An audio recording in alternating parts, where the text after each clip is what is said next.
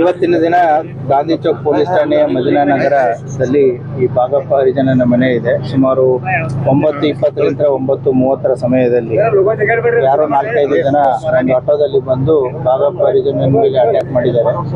ಭಾಗಪ್ಪ ಹರಿಜನ ಊಟ ಮಾಡಿಕೊಂಡು ಮನೆ ಹೊರಗಡೆ ನಡೆದಾಡ್ತಿರ್ಬೇಕಾದ್ರೆ 4-5 ಜನ ಬಂದು ಕೊಡ್ಲಿ ಯಂತ್ರ ಹೊಡೆದಿದ್ದಾರೆ, ಮತ್ತೆ ಪಿಸ್ತೂಲ್ ಯಂತ್ರನೂ ಕೂಡ ಹೊಡೆದಿದ್ದಾರೆ ಅನ್ನೋದು ಮಾಹಿತಿ ಇದೆ. ಆ ಹಿನ್ನೆಲೆಯಲ್ಲಿ ಈಗಾಗಲೇ ತನಿಖಾ ತಂಡ ಬಂದು ಸಪೋರ್ಟ್ ಟೀಮ್ಸ್ಗಳು ಬಂದು ಅದನ್ನೆಲ್ಲ ಸೀನ್ ಆಫ್ ಕ್ರೈಮ್ ಎಲ್ಲ ಸ್ಟಡಿ ಮಾಡಿ ಈಗ ಬಾಡಿನ ಈಗಾಗಲೇ ಪೋಸ್ಟ್ ಮಾರ್ಟಮ್ಗೋಸ್ಕರ ಹಾಸ್ಪಿಟಲ್ಗೆ ಶಿಫ್ಟ್ ಮಾಡಿದೆ.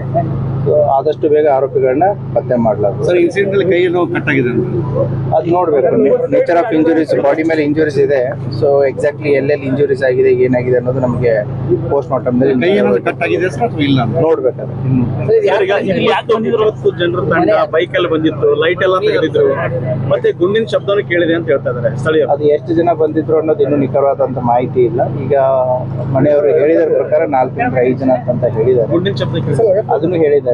ಸೊ ಅದನ್ನು ವರ್ಕೌಟ್ ಮಾಡ್ತಾ ಇನ್ನೂ ತನಿಖೆ ನಡೀತಾ ಇದೆ. ತನಿಖೆಯಲ್ಲೆಲ್ಲ ಗೊತ್ತಾಗುತ್ತೆ. So we need time. ನಮಗಿರೋ ಮಾಹಿತಿ ಇದು ಬಾಡಿಗೆ ಮನೆ ಅಂತ ಹೇಳಿದ್ದಾರೆ. ಬಟ್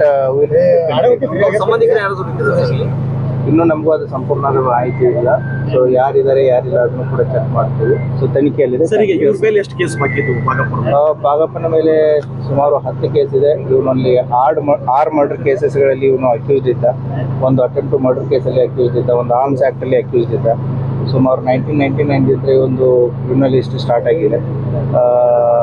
ಕೊನೆಯದಾಗಿ 2017ರಲ್ಲಿ ಒಂದು 16 ಮತ್ತು 17ರಲ್ಲಿ 2 ಸೆಕ್ಯೂರಿಟಿ ಕೇಸಸ್ಸು ಮತ್ತು ಹೆದರ್ಸಿರೋ ಕೇಸ್ಗಳಿದೆ. ಸೊ ಆ ಹಿನ್ನೆಲೆಯಲ್ಲಿ ಇವನು ಕೂಡ ಕ್ರಿಮಿನಲ್ ಹಿನ್ನೆಲೆ ಹೋದಂಥ ವ್ಯಕ್ತಿನೇ ಆಗಿದ್ದಾನೆ. ಸೊ ನೋಡ್ತಾ ಇದ್ದೀವಿ ಎಲ್ಲ ಆಯಾಮಗಳಲ್ಲಿ ತನಿಖೆ ನಡೀತಾ ಇದೆ. 10 ಕೇಸಲ್ಲಿ ಏನೋ ಇನ್ನೂ ಟ್ರಯಲ್ ನಡೀತಾ ಇದೆಯಾ? ಸರ್, ಬೈಕ್ನಲ್ಲಿ ಏನೋ ಬಂದಿದ್ರು ಸರ್ ಅವರು ದುಷ್ಕರ್ಮ ಮೇಲೆ. ಅದನ್ನು ಅಪ್ಡೇಟ್ ತಗೋತೀವಿ. ಇನ್ವೆಸ್ಟಿಗೇಟ್ ವಿಶೇಷ ತಂಡ ಹೇಳಿ ಸರ್. ಸ್ಪೆಷಲ್ ಟೀಮ್ ಜಿಲ್ಲಾ ಟೀಮೇ ತಂಡವಾಗಿ ವರ್ಕ್ ಮಾಡ್ತಾ ಇದೆ. Will arrest the accused as early as possible. बैठ